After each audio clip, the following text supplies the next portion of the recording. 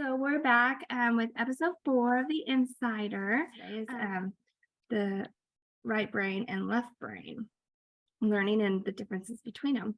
So Selena, I'll let you go ahead and get started. Yeah, so I first want to start off and kind of give a little disclaimer. Um, Even though we sort of think as like the left side of the brain as being more logical and then the right side as being more creative, our brains are more complex than that. So there's going to be creativity happening on the left side of your brain, and then there's going to be more logical, analytical thinking happening in the more creative or right side of your brain. So the idea that like it's only one or the other is really outdated. You're going to need both, especially when it comes to like your learning style and how you approach different tasks, different classes. You're going to approach a math class differently than an English class, of course. So really thinking about how we're going to use both sides and how both sides can have sort of both qualities, and knowing what side to use more will help you sort of gauge like your learning style and how you should go about different classes. Yeah, so if you are um, left brain dominant, you're gonna want to sort of that more analytical thinking. Um, Go at things in a specific order and learn each part of something before you can get a bigger idea. And so that would be like reading about something first, gathering different facts before you can fully understand something. And you want sort of with the things in sequence, you want a more detailed and orderly instructions or process.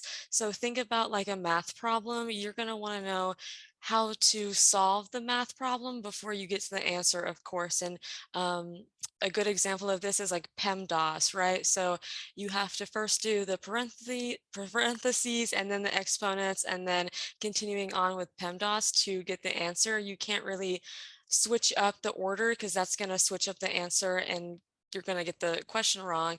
So you need to understand like formulas, the structure, rules, things like that. That is more in your left brain. But going into the right brain, that would be more like imagery, pictures, graphs, and wanting to sort of experience or get like hands-on learning rather than just reading about it.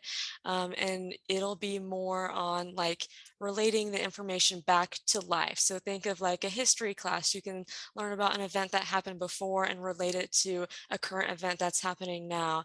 And so it's never going to be one sort of set process. It could be very sort of interdisciplinary as you look at different events that are happening, different trends, and then just sort of be more comfortable with a more loose and organic way of learning versus a set process. Brain people are really about like the creativity and things like that. And so um they music you would think is a right brain experience because it's very creative and musicians are thought to be more creative, but research actually supports that musicians process music to a higher degree using their left hemisphere, while non-musicians process it more on the right side. So depending where you are in the music, if you're experiencing the music or if you're creating the music, it will depend on which side of the brain is processing it. um, it's just points out the how complex our brains are and how they function. So that's how musicians use the left brain creativity.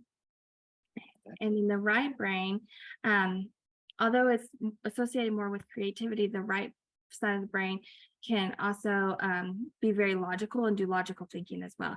So like, for example, artists that are drawing and painting and things like that, seem like the right hemisphere activity, the artists show really like a bilateral. And so again, going back to what Celine said at the beginning of like, where actually using both sides, and you're not just left-sided and you're not just right-sided.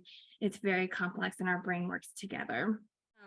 I am like more of the on the creative side because I like to go with the flow. I don't find order to help me in like my lifestyle and things like that, and I just really I have to be, I feel like, because I work full time and I have 3 children. And so like I'm very busy. And so like going with the flow and being very nimble and Right. thinking that are kind of where my brain goes. So that's kind of how mine is. Um, but yeah, during different moods, you could also be using a different side of the brain.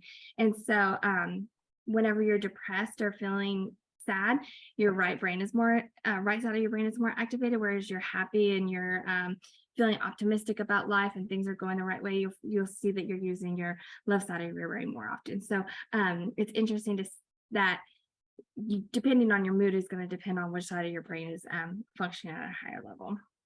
All right. And this leads to the end of our presentation.